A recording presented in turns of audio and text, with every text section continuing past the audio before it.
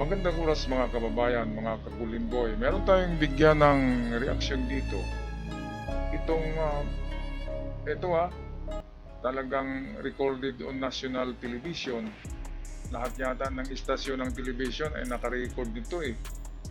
Yung pagbalasubas ni Amy Marcos, hindi lang kay PBBM na binansagan niyang bangag-bangag kahit kapatid niya, andin isinama niya pa ang asawa ni PBBM, si First Lady Lisa Araneta Marcos.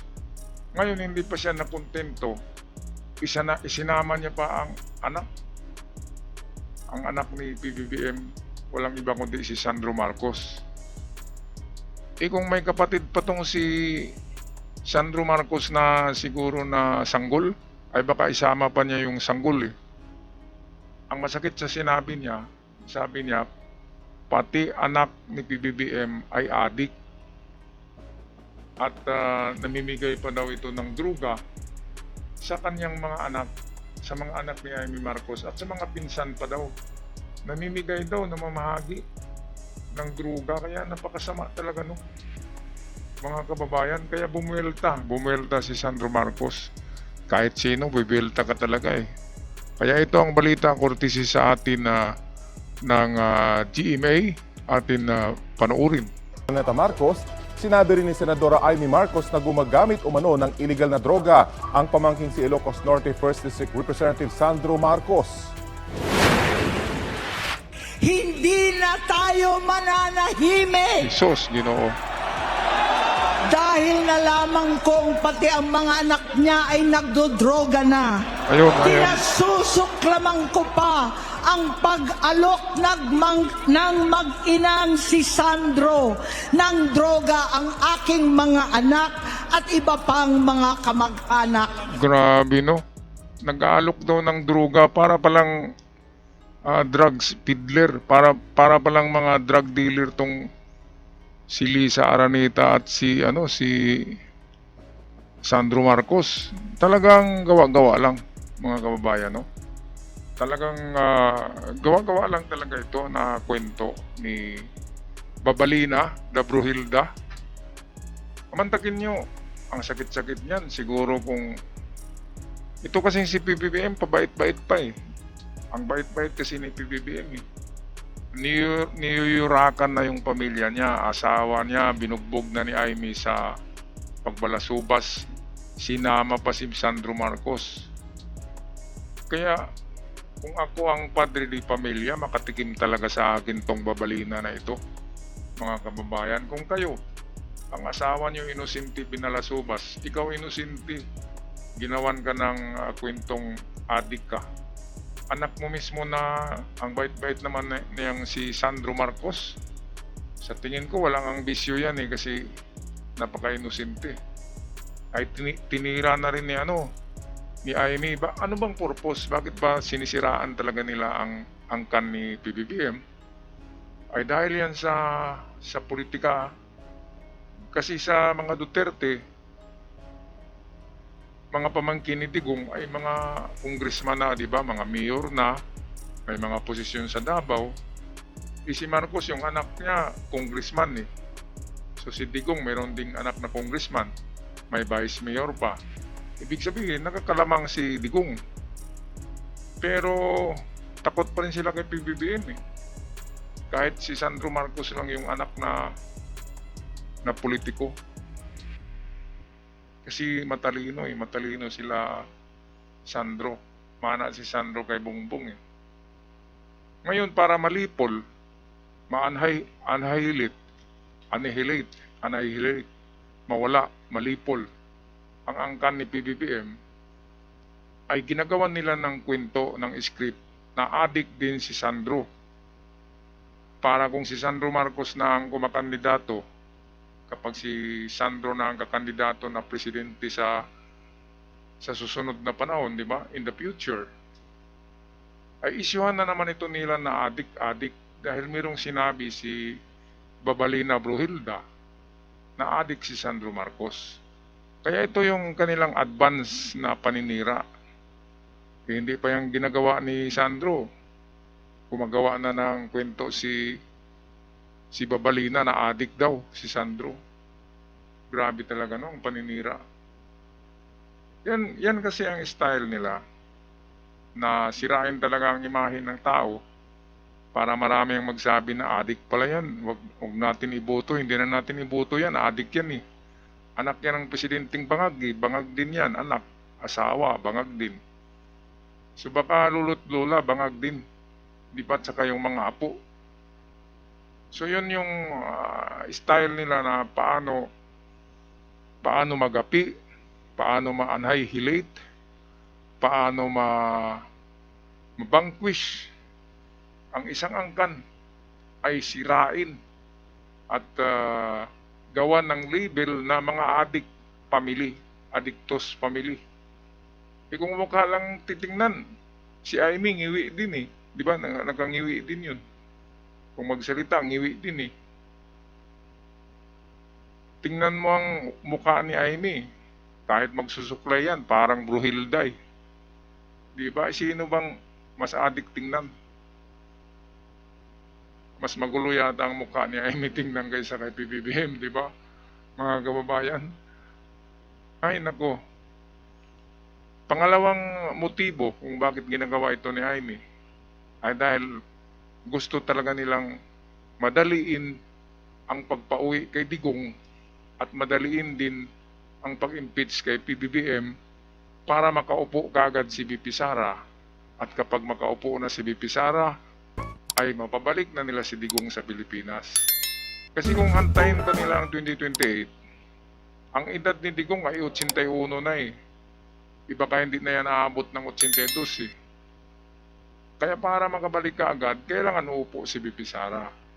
So ang ginawa nila ay banatan talaga nila si PBBM.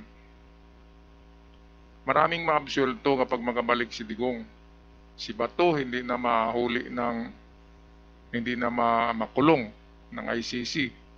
Sila Villanueva, Escudero at iba pa, absuelto din sa kaso. Kapag makaupo si VP Sara kaagad at makabalik si Digong, mga kababayan. So yan ang kanilang puntirya. Kaya ginawa nila itong grabing paninira. Katulad ng Saldico issue, yung mga malita-malita na yan. Binili lang daw sa SM eh.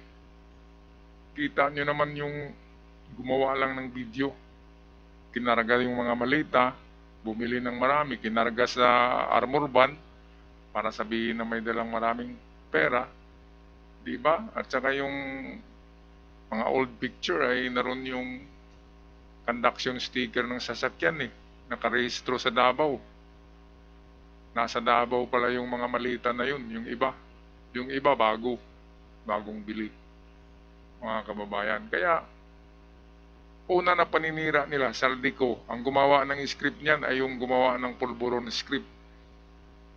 Itong speech naman ni Aimee Marcos, ang gumawa din ng ng speech ay iisang tao lang, mga kababayan. Okay, tapusin nga natin ito.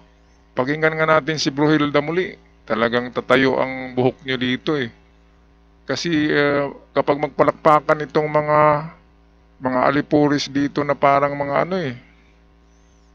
parang mga minions, grabe. O baka parang mga demonyo sa impyerno yung hiyawan nila, yung hiyawan ay parang parang yung nasa lake of fire na mga kaluluwa eh. Ito, pakinggan nyo. Nalaman kong pati ang mga anak niya ay nagdodroga na. Kinasusuklaman ko pa ang pag-alok ng mag-inang si Sandro ng droga ang aking mga anak at iba pang mga kamag-anak. Yan ang hindi ko na mapapalampas. Kinontraya ni Congressman Marcos, anya, hindi totoo, walang basihan at walang maitutulong sa bayan ang mga sinabi ng kanyang tiyahin. Mapapatunayan daw ng kanyang mga pinsan na hindi totoo ang mga alegasyon. Masakit daw para sa kongresista na kailangang magsinungaling ng senadora para lang anya sa political ambitions. Masakit din daw para sa nakababatang Marcos na itinakwil ng senadora ang kanilang pamilya. Ayan, so para nga lang yan sa political ambition ni Aimee. Kasi ito ang ito yung narinig ko na chismis na usapan ni BP Sara at Amy na kapag makulong si Amy, kapag makulong si BP Sara o ma-impeach, ay si Amy na Marcos ang tatakbo as a president, as the president. Kasi ano na 'di ba? Sabi nga ni BP Sara, nangangamoy na yung kulungan sa Hague. Alam niya na uhulihin siya kasunod kay Bato. Kaya kung hindi hindi na makakakandidato pa sa 2028 si BP Sara dahil nakulong, ay si Amy Marcos daw ang gawing presidential candidate ng DDS, mga kababayan. Kaya sa ngayon pa lang ay nagpapakita na si Amy Marcos ng kanyang gilas, na siya talaga ay DDS at siya talaga ay Duterte. Kung makaasta, Duterte siya Kasi sumisigaw talaga na adik si PBBM. So yan din yung mga sinasabi ni Digong noon Kaya yung gumawa ng script niyan ay yung gumawa ng script ni Digong. O baka si Digong ang gumawa ng script niyan, mga kababayan. Kaya political ambition ang nasa likod nito kung bakit nagawa ni Amy na taksilan, betrayal of her own family and bloodline. Diba? Betrayal Yun ba ang ituturo ng Iglesia ni Cristo sa kanilang mga anak, ang pagiging traitor? Betrayal ba? Diba? Kaya biglang tigil ang rally. Imbis na 3 araw ay nagiging 2 araw na lamang dahil sa kabaliwan ni Babalina, Amy Marcos. Naku, grabe mga kababayan. Alright, pag-comment na lang sa ating comment section down below. Sa mga bago pa lamang ay huwag kalimutan na mag-subscribe at sa aking event followers. Maraming salamat. Hanggang sa muli. Paalam.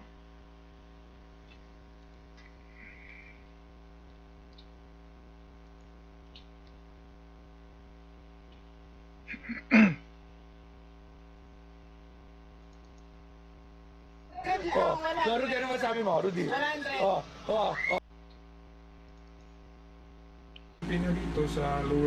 Tied to a dramatic power struggle in the country's leadership. Sa frontit si sabi ko.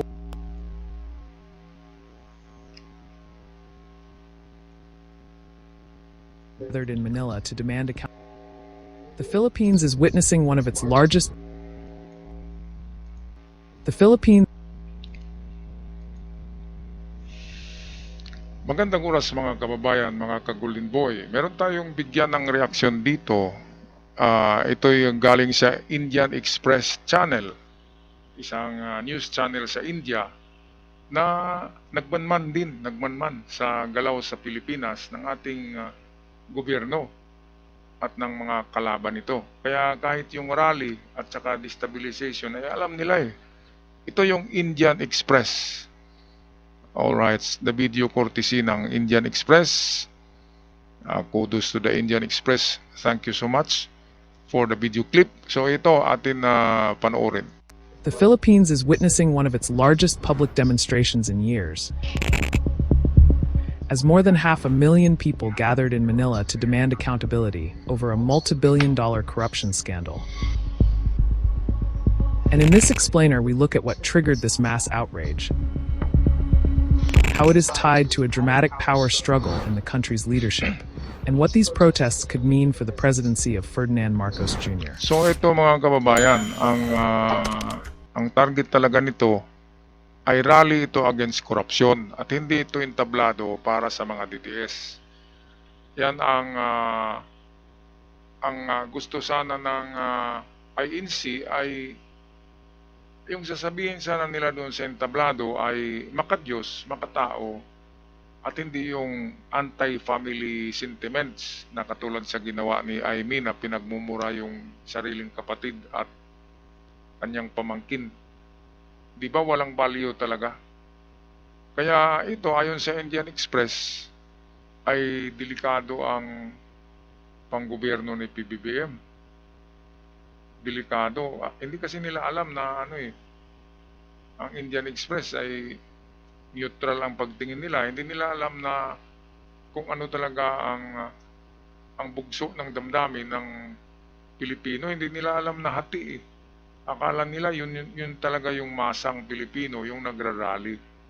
Hindi nila alam na faction ang politika dito sa Pilipinas. Kaya ito patuloy tayo ha sa The Indian Express.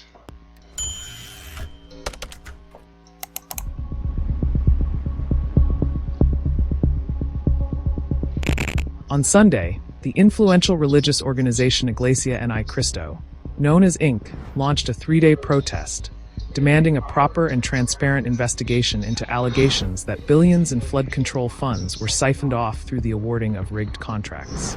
The INC's decision to challenge the administration is a dramatic reversal, as the group supported Marcos during the 2022 presidential race and is known for its powerful bloc voting influence. So ito, The corruption allegations intensified anger already building after weeks of deadly flooding, and the president's own July speech exposing ghost projects that left communities underwater and vulnerable. okay, so ito nga yung rally ng Iglesia. Anti-corruption and transparency in the government. Yun sana ang gusto ng Iglesia ni Cristo, na kung mayroon mang aakyat doon sa entablado nila at magsalita, dapat yung isisigaw doon ay yung about sa flood control scam. Kung sino yung mga babanatan nila na senador, na congressman. Pero hindi nangyari. Iba ang tinatalakay ni Amy diretso sa kanyang pamilya. Which is hindi namang kasama sa flood control at sa korupsyon ang si Sandro at asawa ni PBBM at si PBBM, di ba? Iba yung nagnakaw eh. Ang mga magnanakaw ay yung mga dating magnanakaw na noon na mga congressman at senador. At paano supilin ni PBBM yan? Dati ng mga magnanakaw yun eh. Panahon pa ni Digong, mga magnanakaw na yun eh. And then, siyempre, politiko ay kumakampi sila kay PBBM pagdating ng eleksyon. Kaya nagiging kasama sila sa grupo ni PBBM, di ba? Pero yun pala, mga magnanakaw eh. Siyempre, hindi mo naman yan kapatid na nasusunod lahat kay PBBM. Hindi kadugo ni PBBM eh. Politika nga eh, politiko. Diba? Ano ba yung politiko? Hunyango lang yan, hunyango, kamilyon. Matulis sa bawat dulo. Kung saan yung pabor, doon sila, diba? Gumaganon-ganon lang yung mga politiko eh. Walang paninindigan ang mga politiko. Yan ang totoo. Kung saan yung malakas, doon sila. Kaya yung iba, alam nila na malakas ang grupo ni PBBM noong eleksyon, kaya doon sila sumali. Pero yung kanilang puso ay DDS yung puso. So ito ang akala ng Indian Express na ang tema ng rally ay anti-corruption. Hindi. Ang tema ng rally ay itong babastusin mo ang sariling pamilya mo. Yun yung tema. Yun yung tema ni Amy. Si Amy ang pinakasikat doon eh, na nagsalita eh. Kaya hiyawan yung mga DDS doon, parang impyerno. Di ba yung mga boses nila eh, parang yung nasa lake of fire na sinasabi sa Biblia, na sumisigaw yung mga kaluluwa sa impyerno na niluluto sa nagbabagang asupre. Doon talaga pupunta tong mga demonyo na to. Okay, patuloy tayo.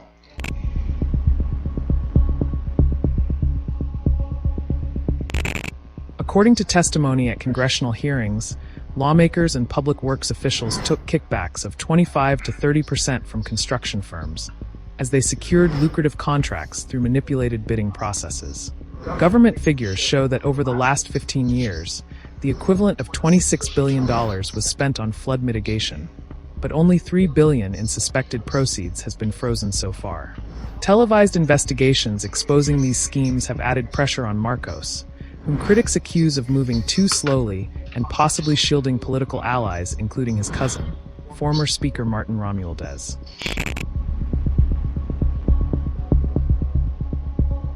A call for Marcos's removal before 2028. INC leaders insist they are not part of any removal campaign, Yet their massive presence in the streets makes them a decisive political force that neither side can ignore. Ayan, so yan, sinabi ng iglesia na hindi sila parte ng itong pagpatalsik kay PBBM. Mga kababayan, hindi sila parte. Kaya lang sila ay nagamit, sila ay ginamit, yung kanilang entablado, ginamit nitong mga magpatalsik kay PBBM. So sinabi dito sa Indian Express channel na before 2028 talaga ang gusto ng mga DDS na tatalsik si PBBM. Ano bang meron sa 2028? Di ba? Yun yung presidential election, which is hindi makatakbo si VP Sara doon kung matuloy ang pag-aresto sa kanya ng ICC. Kaya kailangan tanggalin na nila si PBBM by force. Ito yung sinasabing kudita. Para makaupo agad si VP Sara at hindi na mag-eleksyon pa ng presidential sa 2028 dahil sinigurado nila na sila talaga yung upo. Kasi kung eleksyon,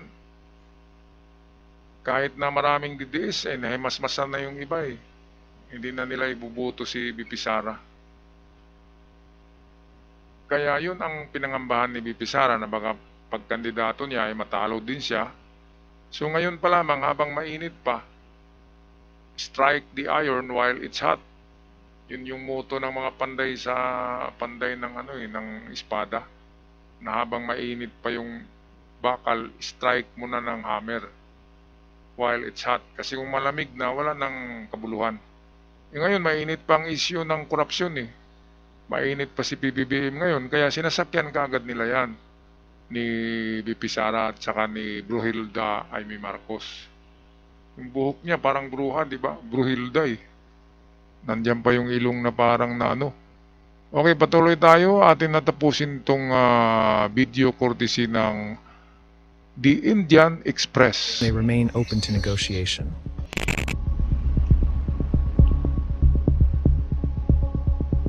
Alongside the Ink rally, about 2,000 Duterte supporters, including retired generals, held a separate demonstration at the People Power Monument, calling for Marcos to resign immediately. Yet turnout fell short of expectations, and by midday Monday the crowd had dissipated without achieving its goal, revealing divisions within the broader opposition. Meanwhile, center-left political blocs staged their own rallies, including a run against corruption protest, insisting on accountability while refusing to join Duterte-aligned calls for regime change. Ayan, so itong grupo na ito, itong hindi sumali sa mga DDS, hindi rin sumali doon sa iglesia, ito yung grupo ng 1 trillion piso march, which is karamihan dyan ay Katoliko. Kasi ito'y headed by Catholic bishops, madre, mga pari, at mga estudyante sa mga universities. At meron ding mga celebrities dyan. Yan yung malinis na grupo. Itong 1 trillion piso march na grupo. Ayan no? Marami. Sila yung marami. Kasi nandyan yung mga estudyante, nandyan yung mga Katoliko. Sila talaga yung mga itong broad-minded. Yung broad-minded. Hindi yung narrow-minded. Sila talaga yung itong sa 1 trillion piso march. Sila ang nag-organize ng rally na yan eh. Tapos sumakay na lang. Sumabay ang DDS para sabihin na kasama sila ng 1 trillion piso march. Sumabay din ang Iglesia ni Cristo. Pero magkaiba sila ng binyo eh.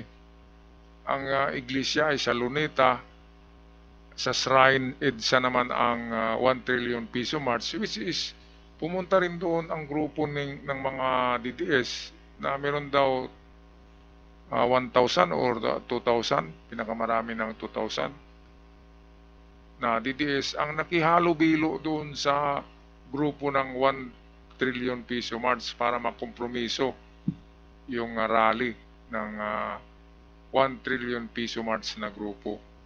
At sasabihin ng DDS na kami ito, marami kami. Sa mga picture at video, yun pala, yung nasa likod nila ay yung grupo yun ng mga pari at ng mga Katoliko at estudyante na hindi kasama sa DDS at Iglesia ni Cristo. Okay, so ano bang panghuling topic ng ating Indian Express. So ito, why this matters. Pakinggan nga natin. Analysts say the protests have dealt Marcos a serious blow, but have not yet placed his presidency in immediate danger, as the armed forces leadership reaffirmed it will not support unconstitutional efforts to oust him. With the protest ending early, the government has gained what experts call a much-needed breathing space, though public anger over corruption is unlikely to fade. Ayan, so nalusaw nga, unlikely to fade yung anger. Katulad ng mga DDS sa Itza Shrine, nalulusaw sila eh. Kaya ito yung tinatawag na looming kudita, yung nagtatago na kudita, nandyan sa kanto lamang, ay hindi pala ito matuloy dahil ito'y movement lamang ng walang iba, di ba? Kundi kalaban ni PBBM.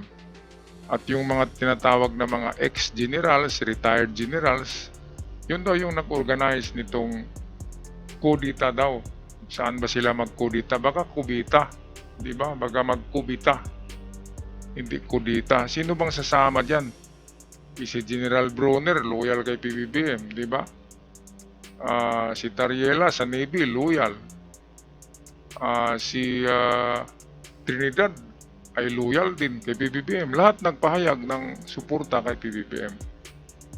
At siyempre, nanunumpa yan eh. Yung armed forces na nanunumpa yan sa konstitusyon at kung sino man yung presidente ay doon sila. Doon sila. Kaya malayong magkakudita. Malayong malayo, mga kababayan. Kaya nanaginip na lamang ng gising itong mga kalaban ni PBBM na mga didilis na utak. Hindi kasi makapaghintay ng eleksyon eh. Kaya ginugulo talaga nila. Kasi alam nila matatalo din sila sa eleksyon. Kasi nga ang katanyagan ng kanilang Diyos, yung Diyos na nakulong na doon sa dahig, ang katanyagan ay bumababa na, lumiliit na, subsided na. Kaya alam nila matatalo sila sa 2028. Kaya ang gawin nila ay gagawa na ng shortcut. Kaguluhan, demonstrasyon, revolution, people's power, and then iluklok nila kung sino man yung gusto nilang iluklok. Pero alam naman natin kung sino. Diba? Mga kababayan. Okay, so hanggang dito na lamang tayo. Pag-comment sa inyong mga saloobin na masasabi dito sa umuugong na destabilisasyon eh. Itong ating video ngayon ay tungkol ito sa pag-destabilize sa gobyerno ni PBBM. Anong masasabi niyo mga kababayan? Ma-destabilize kaya? Mapatalsi kaya si PBBM? Paki-comment na lang sa ating comment section. At sa mga bago pa lamang sa channel, huwag kalimutan mag-subscribe. Malaking tulong yan. Okay, maraming salamat. Paalam at ingat ang lahat.